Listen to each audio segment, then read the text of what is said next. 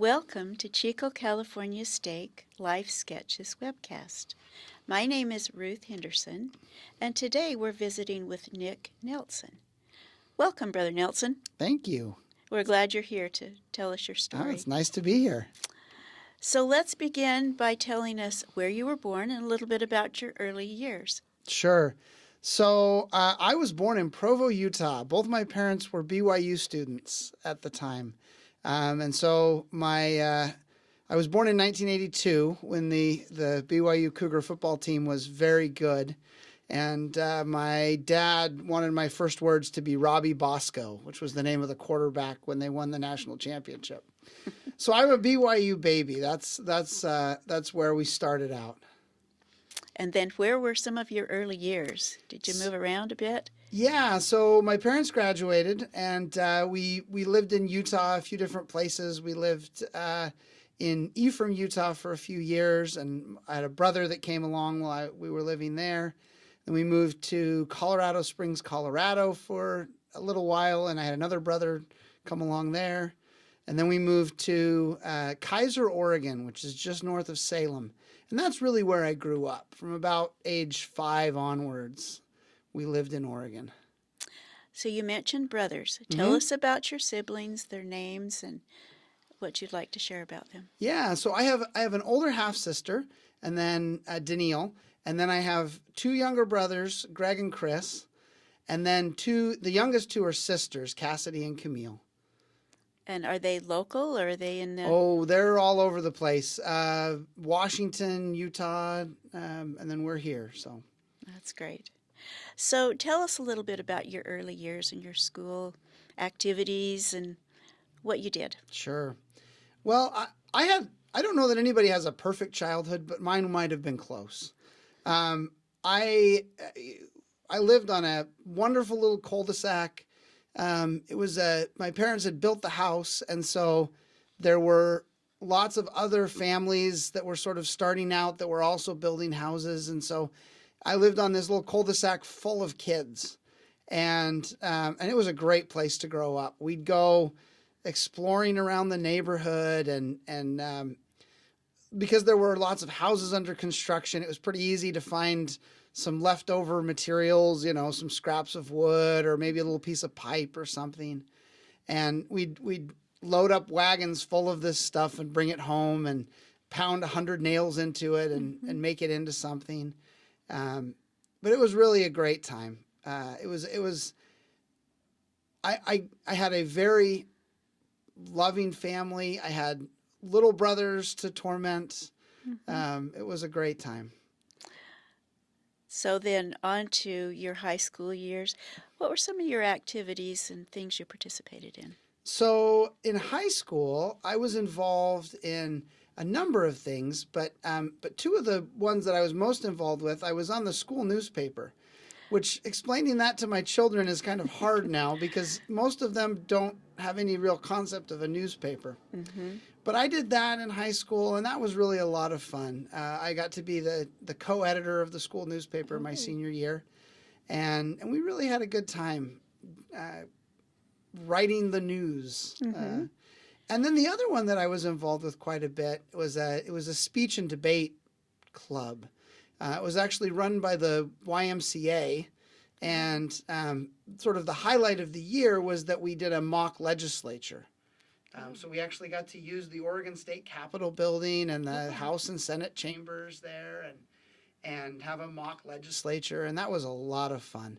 And so those, I definitely wasn't much of an athlete. There's not a lot of glory in the school newspaper or the speech and debate club, but they were great activities for me to develop and to be able to communicate with people and really to build a lot of good friendships.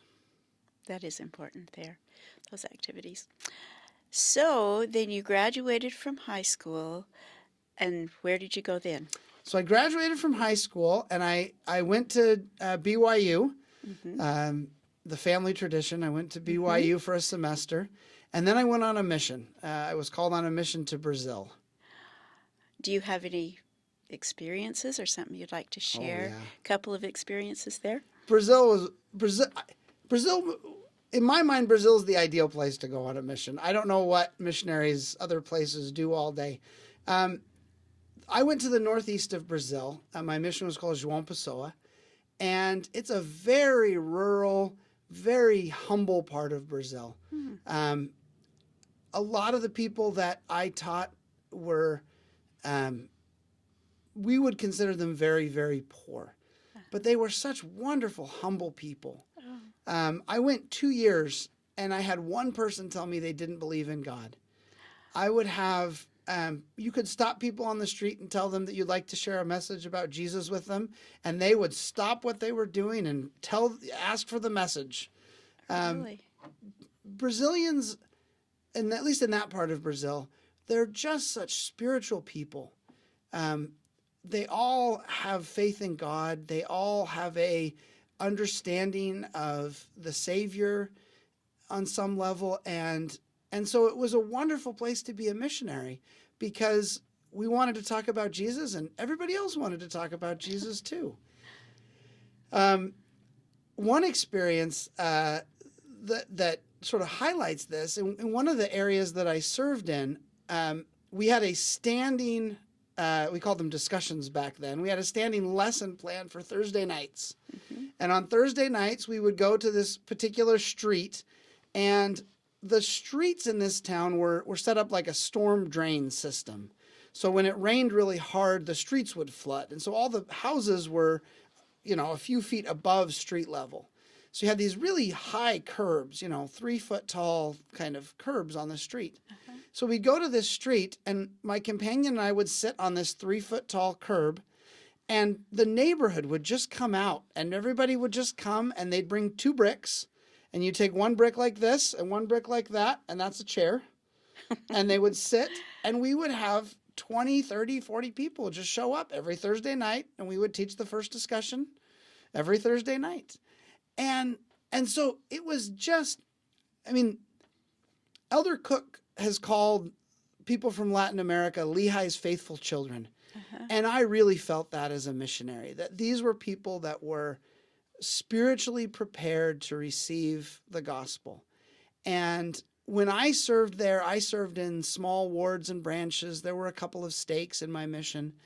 And since then, there have been 2 temples announced. The number of stakes has doubled. Just huge growth in the church because these people are they are ready and willing to accept the gospel when it's preached to them. So that was my missionary experience. I'll share one experience in particular. My companion and I were in a really small town called Aracati, and we had met. Most of the time we would do street contacting when we didn't have anything else to do. We just talked to people on the street. And Brazilians love to talk on the street. And we had met this woman and her daughter on the street, and we had set up an appointment to come in and teach them at their house. So we get to their house, and pretty soon we talked for a little minute, and pretty soon the mother excused herself and left. And so we were left with 2 teenage daughters, which is a little awkward for 2 missionaries with 2 teenage daughters. There were other people in the house, but it was a little bit of an awkward conversation. And so we taught the first discussion, as it was back then. And we taught them about the Book of Mormon. We taught them about Joseph Smith. We taught them about the sort of fundamental idea of the plan of salvation. And we left with them a Book of Mormon, and we asked them to read a couple of sections. We had marked 3 Nephi chapter 13, which talks about the Savior's visit to the Americas. And we asked them to read that. And that was pretty standard. We did that with pretty much everyone. And very few people would actually read it. They would love to talk about it, but they wouldn't actually read it. So we come back for the second discussion a few days later, and we asked them, how they liked the reading. And they said, oh, it was great. It was wonderful. And we had sort of developed a method of checking because people wouldn't tell us they didn't read. They didn't want to hurt our feelings. So we would ask, well, what part did you like? And frequently we'd get a response something like, "Oh, I like the part about God." The part about God was really good. And that was sort of our clue, like, okay, well, I didn't really read it. Well, we asked the question, what part did you like? And one of the girls, her name's Fabiola, and Veronica was her sister. They said, we really liked the part where Jesus blesses the children. And we took a minute because we had to sort of think this through. Jesus blesses the children in chapter 17 of 3rd Nephi, not chapter 13 like we had marked. And so we started talking to them, and pretty soon we found out that they had not only read most of 3rd Nephi, but they'd also read a bunch of the stories that they'd found the pictures for. They'd read about Samuel the Lamanite, and they'd read about Nephi and the Liahona. And, my companion and I were just sort of trying to figure all this out. And we asked if they had any questions about what they read. And one of them said, yes, part of what we read talked about being baptized like Jesus was. And I was baptized as a baby, but it wasn't really like Jesus. So I was wondering if you knew anything about how we could get baptized like Jesus did. And those two young ladies eventually got baptized. Their family got baptized. I still keep in touch with one of them, and she's been married in the temple. Her husband's been a bishop. Just wonderful people. And it wasn't that my companion and I did something amazing there. It was just that these two young ladies were spiritually ready to receive the gospel, and I just got to be there for it, which was a wonderful, wonderful privilege. What a gift that is. Well, now you've finished this great mission and you come back to school, back to BYU? Yep, I went back to BYU. And what was it you were studying there? So I studied physics at BYU.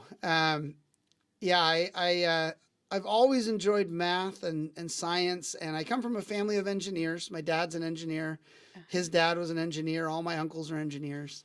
And so I knew I wanted to do something along those lines, and I had really enjoyed physics in high school, so I thought, I'll do physics.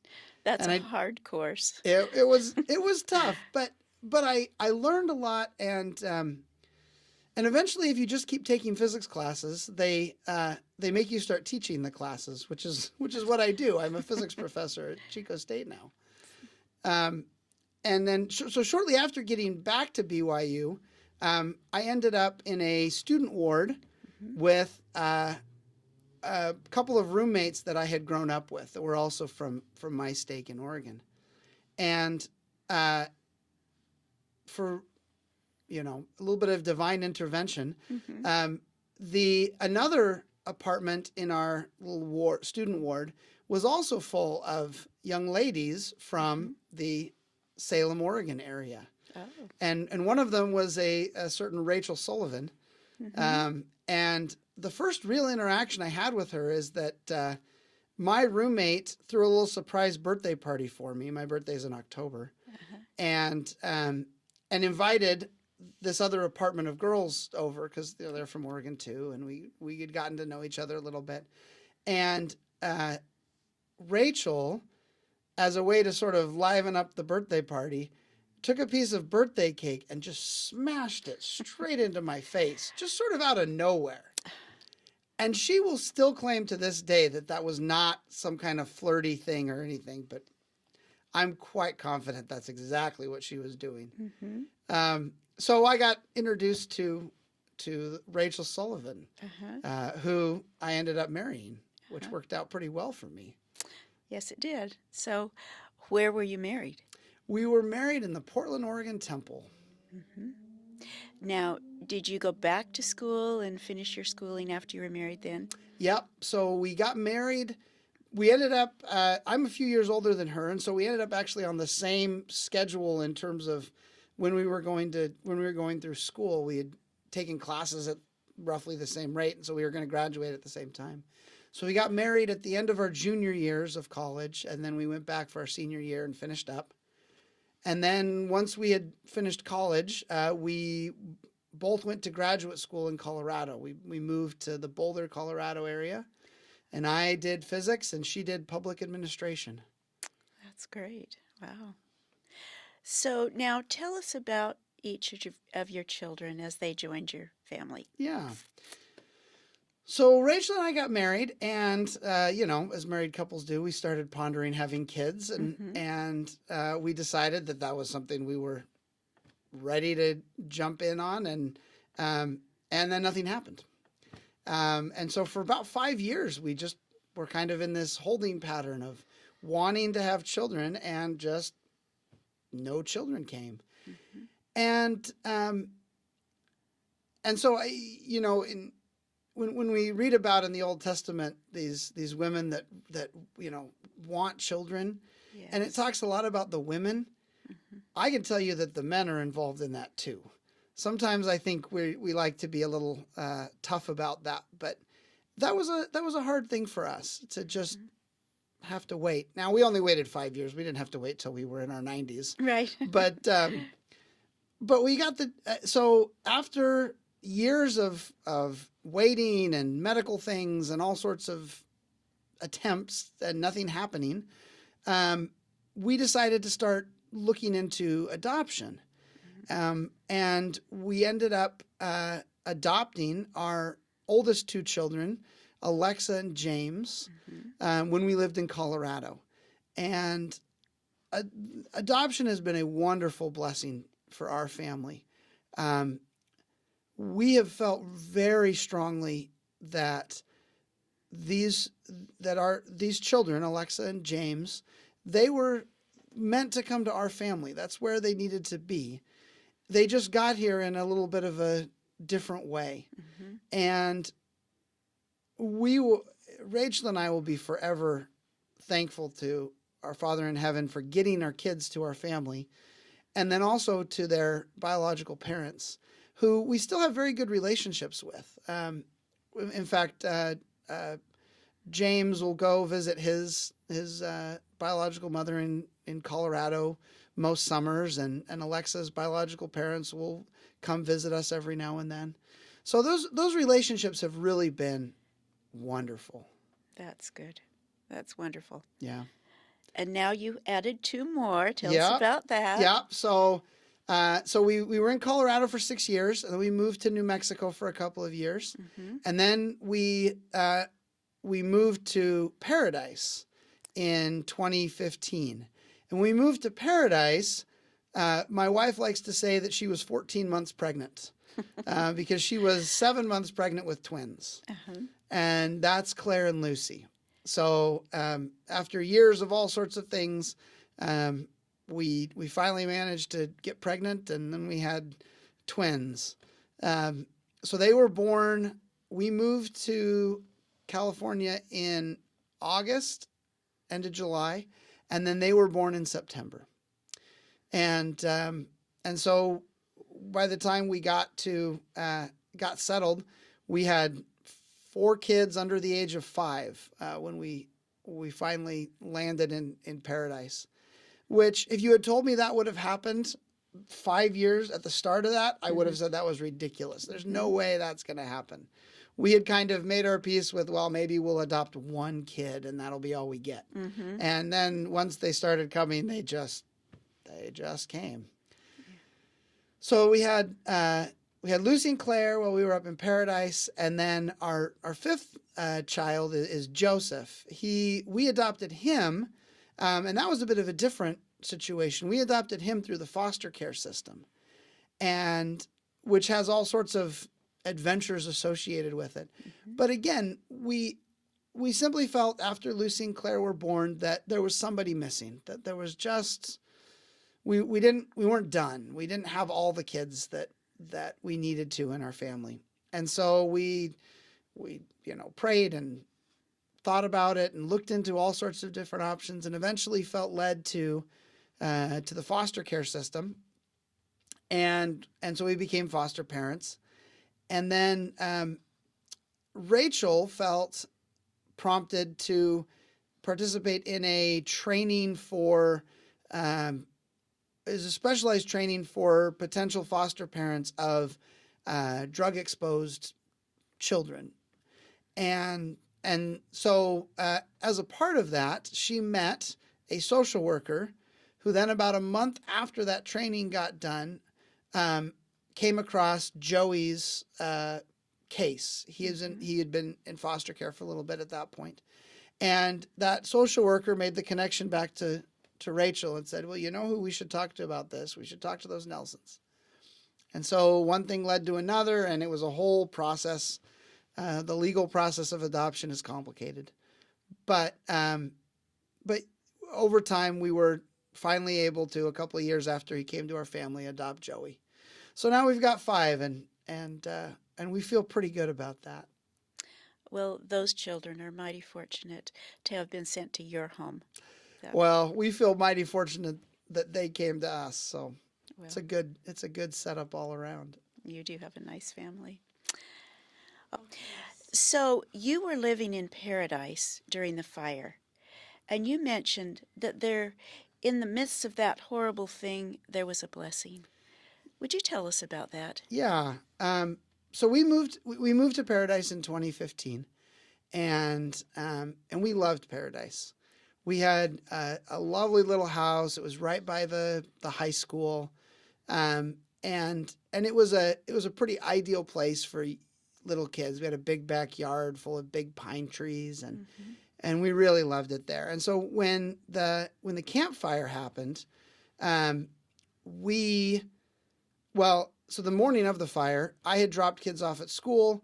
Rachel was home with our twins, and when she found out that the high school was being evacuated, because the high school was just down the street, she felt prompted to just grab a few things and go get our 2 kids that were in elementary school and just head down to Chico.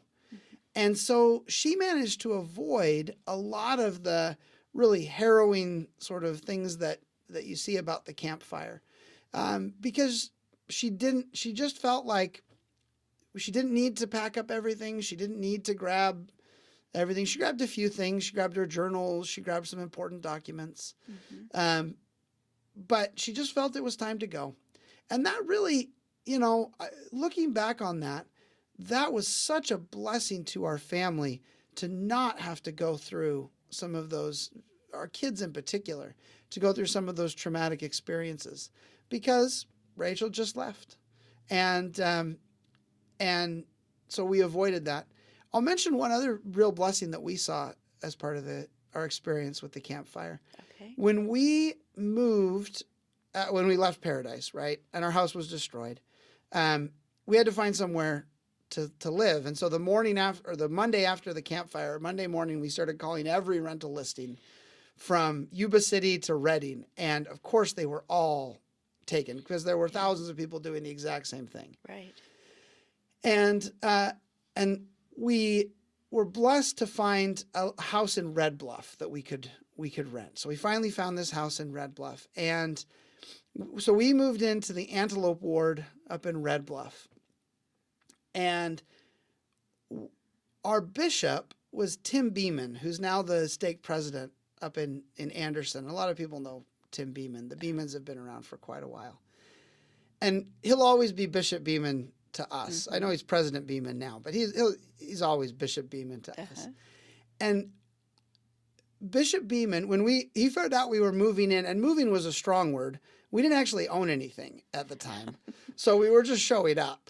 But Bishop Beeman and his wife show up on our doorstep with a stack of pizzas, and the day we arrive at the house, and it was just so welcoming to us. And my children immediately just loved Bishop Beeman. There was this connection that I can't explain other than to say that we were blessed to have that. And so Red Bluff is our soft landing after the fire. Nobody enjoyed getting displaced, but we couldn't have asked for a better place to land than that wonderful Antelope Ward up in Red Bluff. That's great. What is it that that you're excited about in life now? So So as I mentioned, I'm a physicist. What originally brought us to California is a job at Chico State. So I had been interested in teaching for a long time. Actually, a lot of my interest in teaching goes back to when we were just starting off in graduate school in Colorado. I got called as an early morning seminary teacher. Oh. And I loved it. I think if I could pick any calling in the church, it'd be nursery leader. But if they didn't give me that one, I'd take early morning seminary. It was wonderful. I had this wonderful group of, it was a small group. It was freshmen through seniors, and we were studying the Old Testament and the New Testament, and it was just a blast. And that really helped me realize that I wanted to teach. I love that opportunity of working with young people and helping them to understand things and learn and develop. And so what brought us really to California was the opportunity to teach. And so for the past almost 11 years now, I've been teaching physics at Chico State. And that's wonderful. I tell people all the time that I would teach the classes for free. They have to pay me to grade. Grading is not my favorite, but the teaching is wonderful. And so I feel incredibly fortunate to have a job that I am excited to do and engaged with. And then another thing that I'm looking forward to is that our kids are getting older now. Our oldest, Alexa, is 15. So she's navigating high school, and our kids are going through all those stages as you watch them. And you get all kinds of great opportunities in there. I get to coach Joey's T-ball team this year. And of course, we're the Cougars. Did you choose that I name? did choose that name. We are absolutely the Cougars. But you get all these experiences as your kids get older to sort of see, interact with them in different ways, and you get to know them in different ways as they become a little bit older. And we're just starting to get to the point where we're running out of kids. And so this is going to be my last T-ball team. Yeah. I've coached a bunch of T-ball teams over the years, and this is going to be the last one. So that's a change. Yes. We're used to getting new things for the first time, not running out of things. Yeah. Well, you have a wonderful story and family, and we so appreciate you sharing your story with us today. Thank you so much. Oh, you're very welcome. Thank you for the invitation.